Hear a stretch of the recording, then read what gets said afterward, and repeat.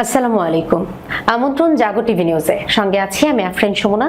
শুরুতে জানিয়ে দিচ্ছি সংবাদ শিরোনাম। আসন্ন যুদ্ধে তুরস্ক ও ইরান মিলিতভাবে ইসরায়েলকে সামরিক জবাব দেবে। নতুন এক ষড়যন্ত্র, ফিলিস্তিন ভূমিতে দ্বিতীয় দুবাই তৈরির স্বপ্নে বিভোর ট্রাম্প। বিশ্বের সবচেয়ে শক্তিশালী সেনাবাহিনী গড়ার পথে চীন, মহাভাবনায় মোদির ভারত ও যুক্তরাষ্ট্র। তাহলে কি ট্রাম্পকেই পাত্তা দিচ্ছেন না কসাই নেতানিয়াহু? উগ্র হিন্দুত্ববাদী মোদির ভারতে কাপড় দিয়ে ঢেকে দেওয়া হলো মসজিদ। যুদ্ধের গুঞ্জন, ভেনেজুয়েলার চারপাশে ব্যাপক মার্কিন সেনা মোতায়েন। ফ্লোটিলা আটকের পর ইউরোপে বিক্ষোভ, সড়ক অবরোধ, দোকানপাট ভাঙচুর। দর্শক, শিরোনাম শুনছিলেন, এবার জানিয়ে দিচ্ছি বিস্তারিত। আসন্ন যুদ্ধে তুরস্ক ও ইরান মিলিতভাবে ইসরায়েলকে সামরিক জবাব দেবে। ইসরায়েলের ক্রমাগত হুমকি এবং মধ্যপ্রাচ্যে মার্কিন সামরিক উপস্থিতির মুখে দাঁড়িয়ে অবশেষে কি কঠোর প্রতিশোধের পথে হাঁটতে চলেছে ইরান? ইরানের প্রতিরক্ষা মন্ত্রী ব্রিগেডিয়ার জেনারেল আজিজ নাসির জাদে এর সাম্প্রতিক বক্তব্য সেই জল্পনাই উস্কে দিচ্ছে। তিনি জানিয়েছেন, শত্রুদের প্রতিহত করতে তার সামরিক বাহিনী জোর প্রস্তুতি নিয়েছে এবং দেশকে রক্ষা করার জন্য সর্বদা প্রস্তুত থাকতে হবে। তুরস্ক সফর শেষে দেশে ফিরেই আজিজ নাসির জাদে চাঞ্চল্যকর এই তথ্যগুলি দেন।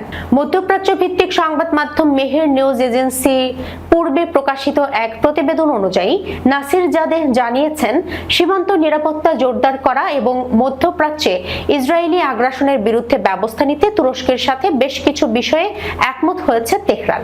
প্রতিরক্ষা মন্ত্রী বলেন, মধ্যপ্রাচ্যে হঠাৎ করেই যুক্তরাষ্ট্রের সমরাস্ত্রের আনাগোনা বেড়েছে, যা অঞ্চল জুড়ে উদ্বেগের মেঘ সৃষ্টি করেছে। এই প্রসঙ্গে তিনি সতর্ক করে বলেন, যুক্তরাষ্ট্রের বিরুদ্ধে সামরিক ক্ষেত্রে আমাদের অবশ্যই দেশকে রক্ষা করার জন্য সর্বদা প্রস্তুত থাকতে হবে। ইসরায়েল সহ শত্রুপক্ষের বিভিন্ন মনস্তাত্ত্বিক যুদ্ধের দিকে ইঙ্গিত করে আজিজ নাসির জাদে আরো বলেন, তারা ক্রমাগত আমাদের বিরুদ্ধে ষড়যন্ত্র করেই চলেছে। শত্রুরা ইরানকে দ্বিধাগ্রস্ত অবস্থায় ফেলতে চায়। এটি তাদের মনস্তাত্ত্বিক কূটকৌশলের অংশ। যদি আমাদের উপর আবারও যুদ্ধ চাপিয়ে দেওয়া হয়, তাহলে ইরানের সামরিক বাহিনীর কর্তব্য হলো দেশকে রক্ষা করা। গত জুন মাসে এক প্রকার মিথ্যা অজুহাতে ইরানের সামরিক ও পারমাণবিক কেন্দ্রগুলোকে লক্ষ্য করে বিমান হামলা চালিয়েছিল ইসরায়েল। তবে তেহরানের পাল্টা প্রতিক্রিয়ায় ইহুদিবাদীদের বড় বড় বেসামরিক স্থাপনা ধসে পড়ে এবং ইসরায়েলের গর্ব বলে পরিচিত আয়রন ডোম এয়ার ডিফেন্স সিস্টেম ব্যর্থ হয়। এই প্রেক্ষাপটে ইরানের সরকারের সর্বোচ্চ মহল বারবার সতর্ক করে আসছে। তাদের বক্তব্য, ইসরায়েলের প্রধানমন্ত্রী বেনিয়ামিন নেতানিয়াহু যদি আরেকবার ভুল করেন, তাহলে ইহুদিবাদীদের পূর্বের চেয়েও কঠোর জবাব দেবে তেহরান। প্রতিরক্ষা মন্ত্রীর এই সরাসরি হুঁশিয়ারি এবং সামরিক প্রস্তুতির ঘোষণা এখন মধ্যপ্রাচ্যের পরিস্থিতিকে কোন দিকে নিয়ে যায় সেটাই দেখার বিষয়। বিশ্লেষকরা মনে করছেন, ইরান যে কোনো আগ্রাসনের কঠোর জবাব দিতে প্রতিশোধের পালা শুরু করার জন্য প্রস্তুত।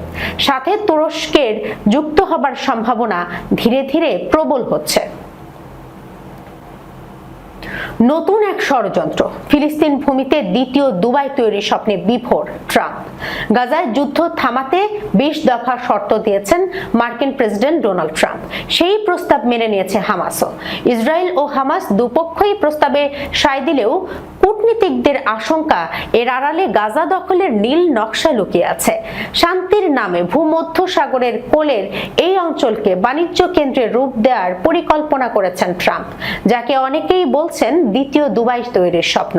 সবচেয়ে বিতর্কিত প্রস্তাব হলো বোর্ড অফ পিস, যেখানে নজরদারির দায়িত্বে থাকবেন ট্রাম্প ও সাবেক ব্রিটিশ প্রধানমন্ত্রী টনি ব্লেয়ার, যাদের দুইজনই ইসরায়েলের ঘনিষ্ঠ।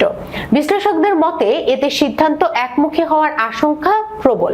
একই সঙ্গে হামাসকে নিরস্ত্রীকরণ, তাদের ঘাঁটি সরিয়ে ফেলা ও গাজায় অন্তর্বর্তী আন্তর্জাতিক সরকার গঠনের কথাও রয়েছে। তবে কারা এই সরকারে থাকবেন তা স্পষ্ট করেননি ট্রাম্প। পরিকল্পনা অনুযায়ী গাজায় মোতায়েন হবে আন্তর্জাতিক সুরক্ষা বাহিনী, যারা স্থানীয় পুলিশকে প্রশিক্ষণ দেবে। কার্যত প্রশাসনিক ও সামরিক নিয়ন্ত্রণ চলে যাবে যুক্তরাষ্ট্র ও তার মিত্রদের হাতে। ট্রাম্পের দাবি, গাজার বাসিন্দাদের জোর করে উৎখাত করা হবে না, বরং শান্তি ফেরার পর শাসনভার তুলে দেওয়া হবে সংস্কারকৃত প্যালেস্টাইন কর্তৃপক্ষের হাতে। বিশ্লেষকদের মতে অবস্থানগত কারণে গাজা একটি কৌশলগত স্থান, একদিকে ইউরোপ, অন্যদিকে আফ্রিকা ও এশিয়ার সংযোগ। তাই এটিকে বাণিজ্যিক কেন্দ্রে রূপ দিতে পারলে যুক্তরাষ্ট্রের বিরাট লাভ হবে। একই সঙ্গে ইসরায়েলের নিরাপত্তা জোরদার হবে। তবে বড় বাধা রয়ে গেছে হামাস।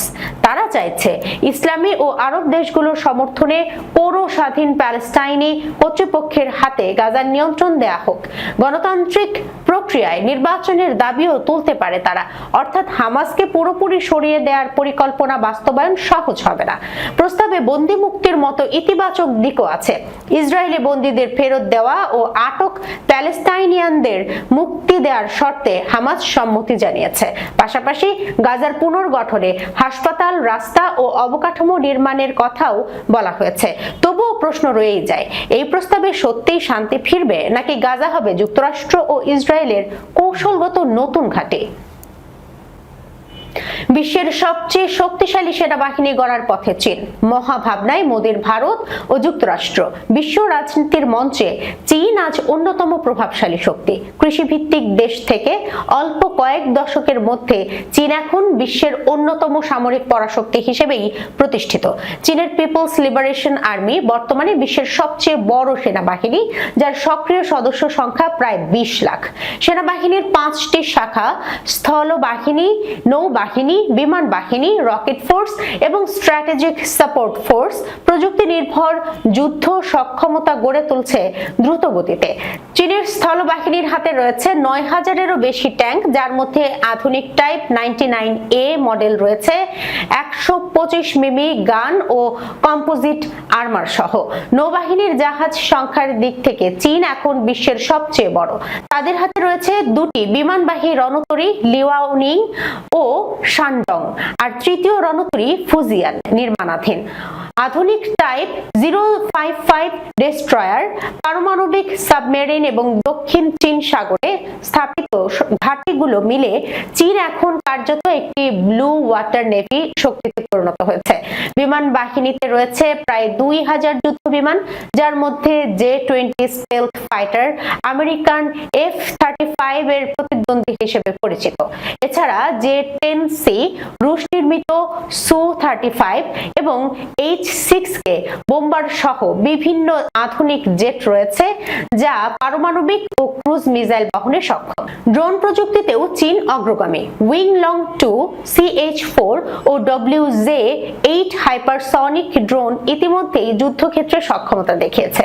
চীনের রকেট ফোর্সে রয়েছে ভয়ঙ্কর ব্যালিস্টিক মিসাইল সমূহ DF-21D ক্যারিয়ার কিলার, DF-26 মধ্য থেকে দীর্ঘ পাল্লার ক্ষেপণাস্ত্র এবং DF-41 আন্তঃমহাদেশীয় মিসাইল, যার পাল্লা 12 থেকে 15,000 কিলোমিটার। বর্তমানে চীনের হাতে প্রায় 400টি পারমাণবিক ওয়ারহেড রয়েছে, যা 2035 সালের মধ্যে দ্বিগুণ করার পরিকল্পনা রয়েছে। এছাড়া স্ট্র্যাটেজিক সাপোর্ট ফোর্স সাইবার যুদ্ধ, ইলেকট্রনিক ওয়ারফেয়ার ও মহাকাশ প্রযুক্তিতে সক্রিয় ভূমিকা রাখছে। 2007 সালে চীন সফলভাবে একটি স্যাটেলাইট ধ্বংস করে দেখিয়েছে, যা মহাকাশে তাদের সামরিক উপস্থিতির সক্ষমতা প্রমাণ করে। 2025 সালে চীনের প্রতিরক্ষা বাজেট প্রায় $230 বিলিয়ন, যুক্তরাষ্ট্রের পরই সর্বোচ্চ। মিলিটারি সিভিল ফিউশন কৌশলের মাধ্যমে বেসামরিক প্রযুক্তিকে সেনাবাহিনীতে একীভূত করেছে দেশটি। 2049 সালের মধ্যে বিশ্বমানের সামরিক শক্তি গড়ে তোলাই চীনের লক্ষ্য। তবে বিশ্লেষকদের মতে দক্ষিণ চীন সাগর, তাইওয়ান ও ভারত সীমান্তে ক্রমবর্ধমান উত্তেজনা নতুন সংঘাতের ঝুঁকি তৈরি করছে, যা এশিয়ার নিরাপত্তা ভারসাম্যে বড় প্রভাব ফেলতে পারে। মার্কিন প্রেসিডেন্ট ডোনাল্ড ট্রাম্পকে পাত্তাই দিচ্ছেন না ইসরায়েলি প্রধানমন্ত্রী বেনিয়ামিন নেতানিয়াহু। ট্রাম্পের নিষেধ অমান্য করে গাজা জুড়ে শনিবার ফের হামলা চালিয়েছে ইসরায়েল। এসব হামলায় গত 24 ঘন্টায় আরো 66 ফিলিস্তিনি নিহত হয়েছেন। নিহতদের মধ্যে কয়েকজন সাহায্য প্রার্থীও রয়েছেন। গাজার সিভিল ডিফেন্স সংস্থার তথ্য অনুযায়ী শনিবার ইসরায়েলি বাহিনী গাজা জুড়ে একের পর এক বিমান হামলা ও আর্টিলারি শেলিং চালিয়েছে। শনিবার হামাস নিয়ন্ত্রিত গাজার স্বাস্থ্য মন্ত্রণালয় জানিয়েছে, অবরুদ্ধ এই উপত্যকায় ইসরায়েলি আগ্রাসনে নিহতের সংখ্যা ৬৭,০০০ ছাড়িয়েছে। খবর আল জাজিরার। গাজার পশ্চিমে একটি ড্রোন হামলায় এক ফিলিস্তিনি নিহত হয়েছেন এবং আহত হয়েছেন অনেকে। এছাড়া আল মাওয়াসি এলাকায় একটি তাঁবুতে হামলায় 2 শিশু নিহত ও 8 জন আহত হয়েছেন। উল্লেখ্য, আল মাওয়াসিকে ইসরায়েল তথাকথিত মানবিক নিরাপদ অঞ্চল ঘোষণা করেছিল, কিন্তু সেখানেও টানা হামলা চালানো হচ্ছে। অন্যদিকে নুসেইরাত ক্যাম্প ও নুফাহ এলাকায়ও বিমান হামলায় অন্তত 5 জন নিহত হয়েছেন, যাদের মধ্যে এক কিশোরীও রয়েছে। এদিন গাজা নগরীর উত্তরে ফেরার চেষ্টা করা কয়েকজন ফিলিস্তিনিকে ইসরায়েলি সেনারা গুলি করে হত্যা করেছে বলে প্রত্যক্ষদর্শীরা জানিয়েছেন। নেতজারিম করিডোর ঘেঁষে অবস্থান নিয়ে ইসরায়েলি বাহিনী উত্তরাঞ্চলে ফেরত যাওয়া ফিলিস্তিনিদের উপর গুলি চালাচ্ছে। ইসরায়েলি সেনাবাহিনী গত একদিনে তাদের হামলা ও অভিযানের বিষয়ে এখনো কোনো মন্তব্য করেনি। গাজার স্বাস্থ্য মন্ত্রণালয় আরও জানিয়েছে, খাদ্যাভাব ও পুষ্টিহীনতায় গত 24 ঘন্টায় আরও 2 জনের মৃত্যু হয়েছে। এর আগে হামাস আংশিকভাবে যুদ্ধবিরতির প্রস্তাব গ্রহণ করার পর ট্রাম্প ইসরায়েলকে গাজায় হামলা বন্ধ রাখতে বলেছিলেন। ট্রাম্পের ঘোষিত প্রস্তাবে যুদ্ধবিরতি, 72 ঘন্টার মধ্যে বন্দী মুক্তি, হামাসের নিরস্ত্রীকরণ এবং ধাপে ধাপে গাজা থেকে ইসরায়েলি সেনা প্রত্যাহারের বিষয় উল্লেখ রয়েছে। তবে ওই উদ্যোগ কার্যকর হওয়ার আগেই ফের হামলার ঘটনা ঘটল। উগ্র হিন্দুত্ববাদী মোদির ভারতে কাপড় দিয়ে ঢেকে দেয়া হলো মসজিদ।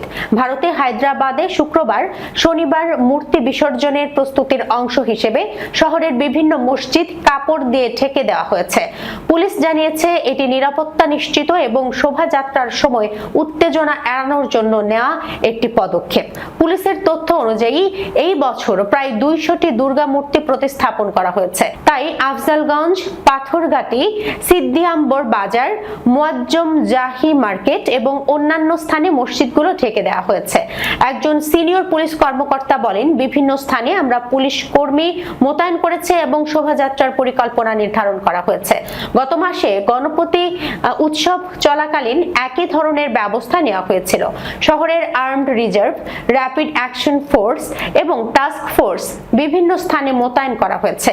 পুলিশ সব শোভাযাত্রার রুট আগে থেকেই পরীক্ষা করেছে। ভেনেজুয়েলার জলসীমার আশেপাশে মার্কিন সেনা এবং সামরিক সরঞ্জামের ব্যাপক মোতায়েনের ফলে এই অঞ্চলে উত্তেজনা তীব্র আকার ধারণ করেছে। মাদক পাচারের বিরুদ্ধে লড়াই করার দাবিতে ভেনেজুয়েলার উপকূলে ওয়াশিংটন তার নৌবাহিনী মোতায়েন করেছে, কিন্তু এই সীমিত অভিযানের জন্য প্রয়োজনীয় মাত্রার চেয়ে অনেক বেশি মার্কিন সেনা মোতায়েনের কথা বিবেচনা করা হয়েছে। প্রেস টুডে অনুসারে বর্তমান বাহিনীর মোতায়েনের মাধ্যমে ভেনেজুয়েলার গুরুত্বপূর্ণ বন্দর এবং বিমানবন্দর দখল এবং রক্ষণাবেক্ষণ করা সম্ভব। এটি এমন একটি পদক্ষেপ যা মার্কিন যুক্তরাষ্ট্রকে ভেনেজুয়েলার ভূখণ্ডের ভিতরে স্থায়ী সামরিক উপস্থিতি প্রতিষ্ঠা করতে সক্ষম করবে। এনবিসি নিউজের মতো সংবাদ মাধ্যমগুলো দাবি করেছে যে ট্রাম্প প্রশাসন ভেনেজুয়েলার জলসীমায় হামলার নির্দেশ দিয়েছে, তবে মার্কিন সামরিক বাহিনীর ব্যাপক উপস্থিতি, যার মধ্যে বেশ কয়েকটি যুদ্ধ জাহাজ, 10টি F-35 যুদ্ধ বিমান, 2200 সৈন্য এবং যুদ্ধ বিমান সহ একটি মেরিন কর্পস অভিযাত্রী বাহিনী, একটি নৌবাহিনীর সাবমেরিন এবং বিশেষ বাহিনী অন্তর্ভুক্ত, এত সীমিত পরিস্থিতির বাইরে বলে মনে হচ্ছে। যুদ্ধের সম্ভাবনা বৃদ্ধির বিষয়ে হাঙ্গেরির প্রধানমন্ত্রী উদ্বেগ প্রকাশ করেছেন। হাঙ্গেরির প্রধানমন্ত্রী ভিক্টর অরবান বলেছেন যে বুদাপেস্ট এবং আরো বেশ কয়েকটি দেশ বিশ্বাস করে যে ইউরোপীয় ইউনিয়ন যুদ্ধের দিকে এগিয়ে যাচ্ছে।